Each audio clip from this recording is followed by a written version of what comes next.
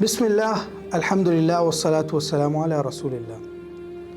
آج جو ہمارے معاشرے میں ایک چیز بہت زیادہ پائی جا رہی ہے وہ یہ ہے کہ مستقبل کی سوچ، مستقبل کے بارے میں غور و فکر، مستقبل کے پلاننگ۔ اسلام نے ہمیں مستقبل کے بارے میں پلاننگ کے لیے منع تو نہیں کیا، لیکن اتنا سوچنا اور اتنی فکر کرنا اپنے مستقبل کی، اتنا زیادہ اس کے بارے میں سوچتے رہنا کہ آپ اپنی زندگی کا سکون برباد کر دیں، اپنا چین برباد کر دیں، اور اس کا نتیجہ کیا نکلے کہ نہ آپ اس زندگی کو انجوائے کر رہے ہیں اور نہ ہی آنے والی زندگی کے اندر آپ کوئی بہتری حاصل کر سکیں۔ تو آئے کہ ہم اس کا حل تلاش کریں۔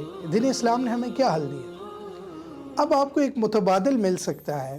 نبی کریم صلی اللہ علیہ وسلم کی حدیث مبارکہ ہے، آپ نے فرمایا من لزم الاستغفار، کہ جو شخص اپنی زندگی میں استغفار کو لازم کر لے، یعنی ہر ٹائم وہ استغفار کرتا رہے، اب سوچنے کی بجائے کیا کرے، ہر ٹائم سوچے نہ بلکہ لازم الاستغفار، ہر ٹائم استغفار کرتا رہے، اللہ سے معافی مانگتا رہے، تو اس کو 3 فائدے ملیں گے۔ پہلا فائدہ، جعل اللہ له من کل ہم فرجا، اللہ رب العزت اس کی ہر جو پریشانی ہے اس کے لیے کوئی راستہ نکال دیں گے۔ ومن کل ضیق مخرجا، جو بھی کوئی تنگی آ رہی ہے اس کی زندگی میں، جو بھی اس کو تنگی محسوس ہو رہی ہے، تو اللہ رب العزت اس تنگی اس کے لیے آسانی پیدا کر دیں گے۔ اور تیسرا فائدہ، وَرَزَقَهُ مِنْ حَيْثُ لَا يَحْتَسِبُ، اس کو اللہ وہاں سے رزق عطا کریں گے کہ جہاں سے اس نے سوچا بھی نہیں، جہاں سے اس کے وہم و گمان میں بھی نہیں۔